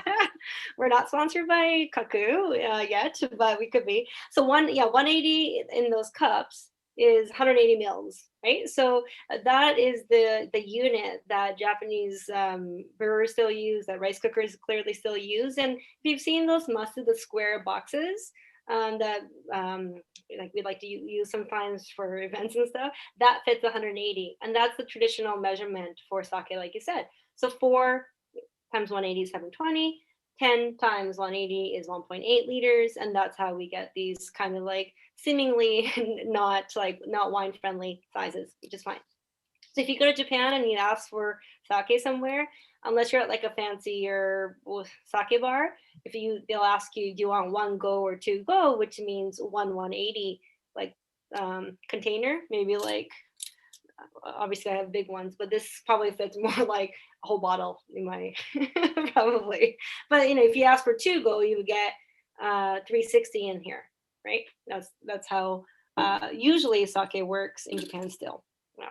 So if you compare these two sakes side by side, I mean, the color is crazy different. Oh, yeah. Sake this number is the 2 worst. is pretty clear, it's right? the worst way to like show color. Yeah, with your with my mauve sweater and my blue background and like pulling two relatively clear substances in glasses. I apologize, everyone. But the urakasumi is lighter in color. And then the nose, the aromatics, it really like hits your nose, probably a little sharper. And then the tengamaya, this one here, you smell more umami, like more kind of caramely, sweeter kind of notes, hopefully. And then when you taste it, the first one, the urakasumi, I'm going to keep flipping, sorry. Honjozo is like lighter, it's thinner, it's really, really clean, and like technically it's so well made, and you can drink a lot of that. And then it's not aged. I think it does have some charcoal filtering to kind of clean that up a little bit, right? But this is classic sake from Urakasumi, and I should probably buy like a case of this. Really, that's what I should be doing. Then the Umajin, this one is almost the opposite. It's from Ishikawa. You'll see on Nick's map later. This is a Junmai. Please don't think that Junmais are going to be necessarily this color either, because Junmai, all it means is there's no alcohol added, right? So what I want you to taste is the acidity, the kind of richness on the palate that you get from not adding alcohol, and conversely, that like texture you get from Honjozo adding alcohol. This is very, very different. Oh, wonderful. And it's aged for, I think, about 18 months usually. So that aging brings in this carameliness, and it's like when you caramelize onions, you get this kind of richness. But the acidity is very much Junmai, and this texture is Junmai. Yeah. And so if you get any sort of sake, yeah, it's a nice one. Yeah. So if you get any added alcohol sakes, you should expect this lightness, this kind of almost perfumey kind of notes, because remember we talked about esters coming through when you add alcohol, right? So you get that versus Junmai being a little more like broader on the palate, and richer and more like depth, like more range, whereas the added alcohol styles will have more top estery notes. Sometimes you get like some volatile stuff going on too with the added alcohol ones, but this one's not. Yeah. So this is a Junmai at 60%. If anyone remembers the rice diagram, 60% was the number we needed for ginjos to be declared ginjos if you do want to do that, right? But as you can see, this is not a ginjo. This is a Junmai. So just because it's polished to 60%, it does not make it a ginjo. But what does make it a ginjo are some of these things. So ginjo, the characters, I looked up some of these characters and I had to call my mom. It was like dial mom. I'm like, what's that game? Yeah, I love it. Dial a friend. It was like dial mom. I like the fact that you can use your mother to like help you teach sake, because yeah, 36, and like I need my mom for my homework. About What's interesting about this character is the Ginjo. Like there's two characters there, right? The first character is for Ging, and the second one is for Jo. And that second one is about fermentation. Now the first character is what I call my mom for, and what it means is to examine something or to filter something down to its true meaning or beauty. It's very like poetic and beautiful, but very hard to explain with English, which is much more like specific, right? So anyways, it is a very like lofty word, but Ginjo sakes are, I think what they're trying to say with this is that they've really like used history and like research and what they aspire to be to make this style of sake. And mind you, this way of categorizing sake is only like 25 years old. So my mom wasn't drinking sakes called ginjos. Like she was drinking sakes that were just like almost, if you had money, you were a big brewery, you could call your sakes like grade 1 or grade 2, right? So this way of categorizing sake is really, really new. But ginjo styles, it has to be polished to 60%, but it is only one part of the requirement. And more importantly, it's a style.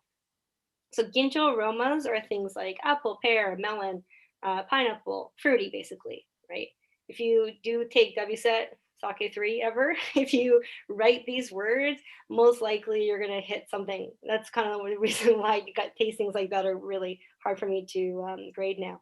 But all these things, licorice, what else I was thinking, lychee, all those kind of fruity floral things, you're going to get them in ginjo styles of sakes. And how you make that, we do need to choose the right the right rice, and then treat it in the right way so that we can make ginjo sakes. So all the choices that we make, from rice selection to polishing, how long you're going to soak it for, how are you going to steam it, to also fermentation, to yeast choice, determines whether or not that sake is ginjo or not, right? So as a blind tasting question, again, if you do this method, is you're going to have a question that says, is this ginjo or not? So the very first sake we had, even though it's Tokubetsu Junmai, it's ginjo style, right? And the way that they get to that is by temperature control. So you can't make a ginjo style usually with hot temperature fermentation. So you need cold temperatures. And that's partly because of the yeast, the ginjo yeast that do well or give you the desired result with cold temperatures. So if you're making a lager versus an ale, you need colder temperature controls, right? And you need like, what is it, a top fermenting yeast, I think, for lager styles versus bottom. Yeah. The top fermenting, lagers at bottom fermenting. Okay. So yeah, so it's like Nice. that, where you need to choose the right combination of techniques and what's the word, methods in order to get to the right sake. Yeah. Oh. So ginjo yeasts are going to be, so this first sake Mutsuhasen that we tasted, I wrote down that it was a ginjo yeast. And so you get these aromatics, but you get lower alcohol potential, right? And they've been selected, they've been cultivated for different purposes. So Jinmai yeast will not give you super aromatic notes usually, but you will get a good strong fermentation. And then this leads us to sake number 4, which is the sake. I love that. Sorry? I really enjoyed this sake, but like it's confounding. There's so much. Yeah. So So much this is that philosophy behind it. Yeah. Like, what they want, like Juhari, Damadishiki. There's a lot of things that go along with this that I was like, I don't understand any of it, but like I like the fact that they were like adamant that every part of like this label is important. He also like what he hasn't included in these label is also important, that like we kind of forced him to put 50% on the back label, but besides that he hasn't called it, like he hasn't declared it anything, right? You can see that because it's the smallest text. Yeah, like I'm not writing that.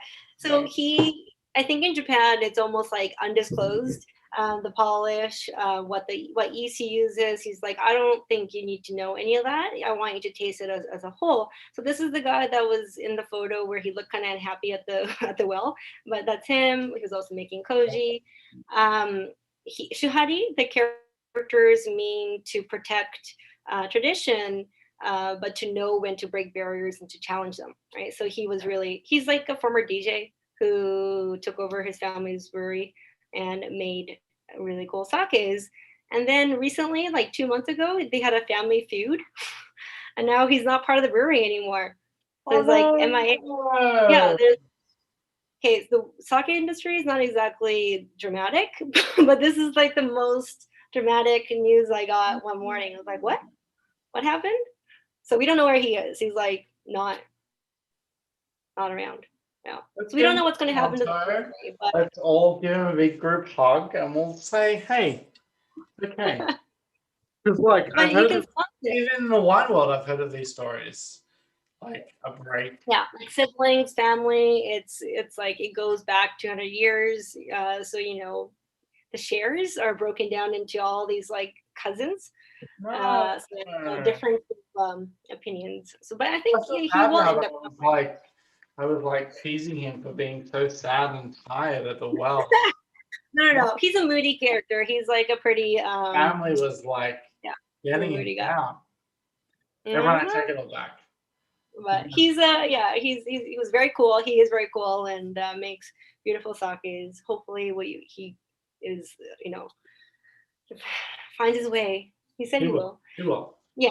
So Yamada Nishiki is the rice, which all these things we'll talk about more next week too. The rice is from Kyoto. The brewery's from Kyoto. The rice is from Hyogo, where the top Yamada Nishiki farms are, and it's 50% polished. But beyond that, he doesn't tell you. Right? He's like, I don't care again. But you can taste that little bit of like spritz. I'm not sure how much of it is like in my glass still because I swirled it a lot. But you get that texture, and he keeps all that CO2 that's a byproduct of fermentation in the sake and into the bottle. Yeah, so no matter you may not have noticed it in the sake, but like I definitely noticed it when I was portioning it out. Isn't it? And that's Yeah. probably why your pouch for that sake was so taut, because it was releasing Ah, CO2. I felt I wasn't sure whether I was, it's one of those things, but he makes it kind of like I bottles still it repeatedly. I still see the difference in the sake, regardless of whether there's like a spritz to it or not. But know that if you buy this from the bottle, or like you buy what's the name again? The bottle, the big bottle. Ishobing. Ishobing. You buy it, you will find a spritz to it. And I remember when I was tasting them all, when I was portioning them off, I think it brings an element, but it doesn't, like, it's not inherent. Like it's not. Yeah. Doesn't deter. And the whole point of that is that it's supposed to keep it fresh, right? Like it pops and you get that little bit of texture sometimes, but it's the whole point is to keep it in this like very fresh condition. He also loves Jackson, like he I says, love if that you're gonna one. I come love that sake. can you come visit with Jackson, please? So yeah, it's really delicious, and this is a sake where the koji making is actually really like vigorous. They want that fungus to grow really heartily around the rice, but you don't taste like a lot of richness or anything. But it's the control of the fermentation and like bottling and everything else that keeps everything in check. Mm-hmm. But good acidity, right? Like the very first sake versus this one, they're both ginjo styles, quote air quotes. But this one has a lot more acidity, less like bright aromatics compared to the first one. But they're both kind of ginjo style, but different expressions of it. So people are asking, where do we buy it? Where do we go? Like, I'll put this all on the Discord tomorrow morning, probably when I wake up with an extreme hangover. But I will give you all the tools that you need to find these sakes, like the names, the producers, everything. And No, good talking one. I'll give you a over. yeah, and like I would suggest perhaps if you are all well-meaning and responsible, that you could also like find a case of this and split it amongst yourselves. So I'm not going to facilitate that. I'm not going to promote that, but like that's absolutely a way to do it.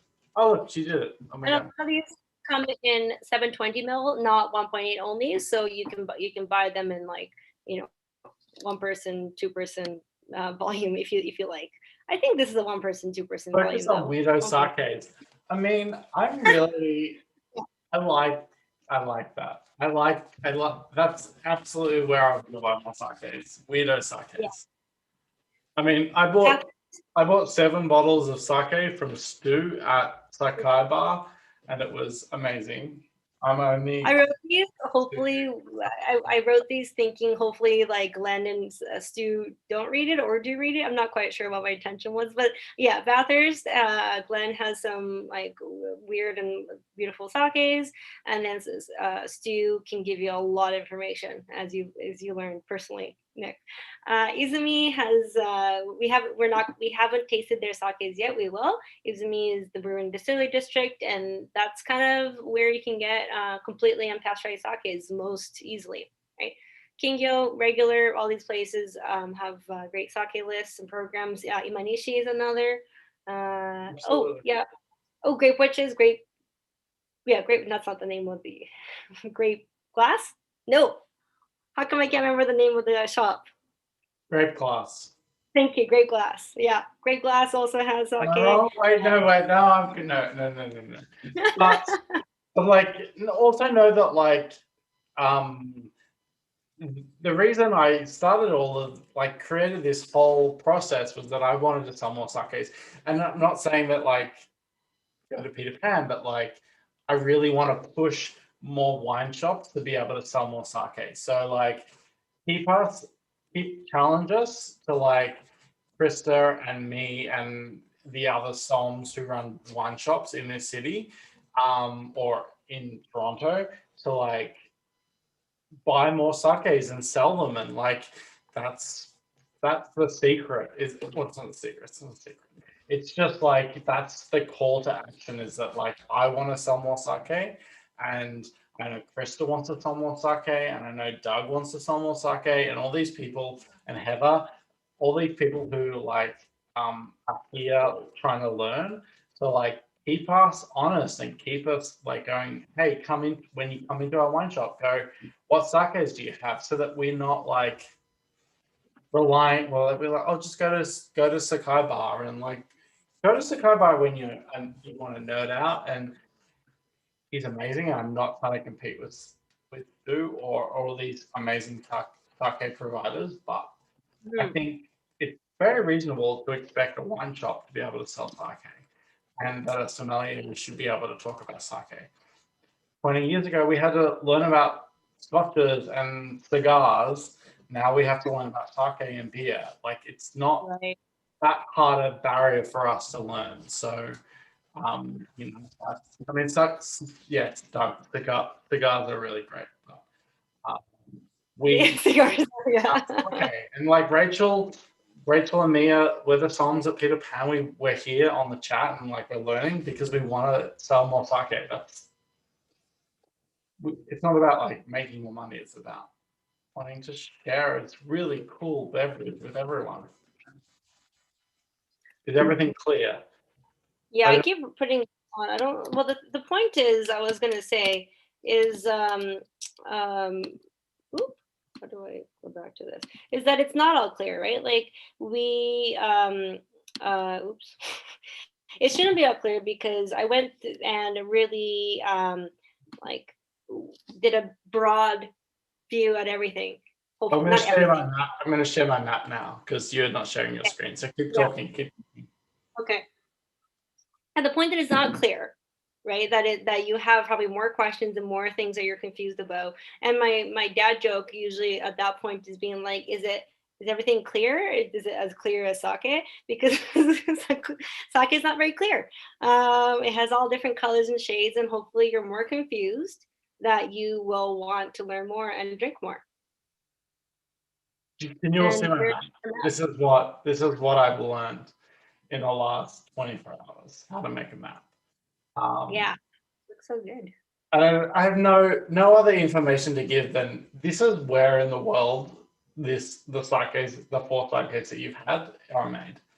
Um, Also, I learned that um, where Mount Haku is, which is a character in Spirited Away, which is Yeah. my favorite Oh, good job. Yeah. Studio Ghibli.